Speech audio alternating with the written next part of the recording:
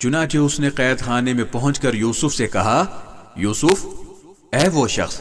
جس کی ہر بات سچی ہوتی ہے، تم ہمیں اس خواب کا مطلب بتاؤ کہ 7 موٹی تازی گائیں ہیں جنہیں 7 دبلی پتلی گائیں کھا رہی ہیں، اور 7 خوشے ہرے بھرے ہیں، اور دوسرے 7 اور ہیں جو سوکھے ہوئے ہیں۔ شاید میں لوگوں کے پاس واپس جاؤں اور انہیں خواب کی تعبیر بتاؤں تاکہ وہ بھی حقیقت جان لیں۔ یوسف نے کہا، تم 7 سال تک مسلسل غلہ زمین میں اگاؤ گے، اس دوران جو فصل کاٹو اس کو اس کی بالیوں ہی میں رہنے دینا، البتہ تھوڑا سا غلہ جو تمہارے کھانے کے کام آئے وہ نکال لیا کرو۔ پھر اس کے بعد تم پر 7 سال ایسے آئیں گے جو بڑے سخت ہوں گے، اور جو کچھ ذخیرہ تم نے ان سالوں کے واسطے جمع کر رکھا ہوگا اس کو کھا جائیں گے، ہاں البتہ تھوڑا سا حصہ جو تم محفوظ کر سکو گے صرف وہ بچ جائے گا۔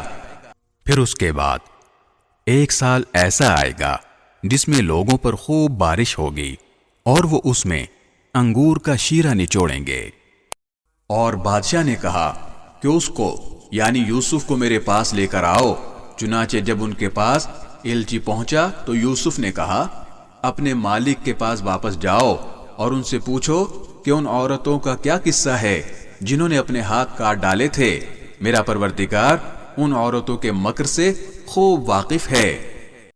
بادشاہ نے ان عورتوں کو بلا کر ان سے کہا، تمہارا کیا قصہ تھا جب تم نے یوسف کو ورغلانے کی کوشش کی تھی؟ ان سب عورتوں نے کہا کہ حاشا للہ،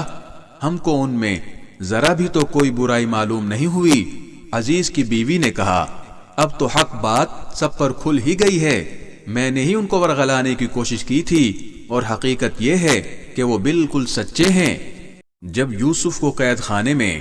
اس گفتگو کی خبر ملی تو انہوں نے کہا کہ یہ سب کچھ میں نے اس لیے کیا تاکہ عزیز کو یہ بات یقین کے ساتھ معلوم ہو جائے کہ میں نے اس کی غیر موجودگی میں اس کے ساتھ کوئی خیانت نہیں کی، اور یہ بھی کہ جو لوگ خیانت کرتے ہیں اللہ ان کے فریب کو چلنے نہیں دیتا۔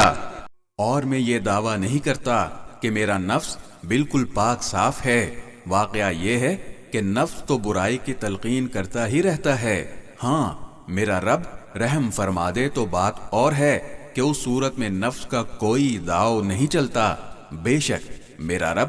بہت بخشنے والا بڑا مہربان ہے۔ اور بادشاہ نے کہا کہ اس کو میرے پاس لے آؤ، میں اسے خالص اپنا معاون بناؤں گا۔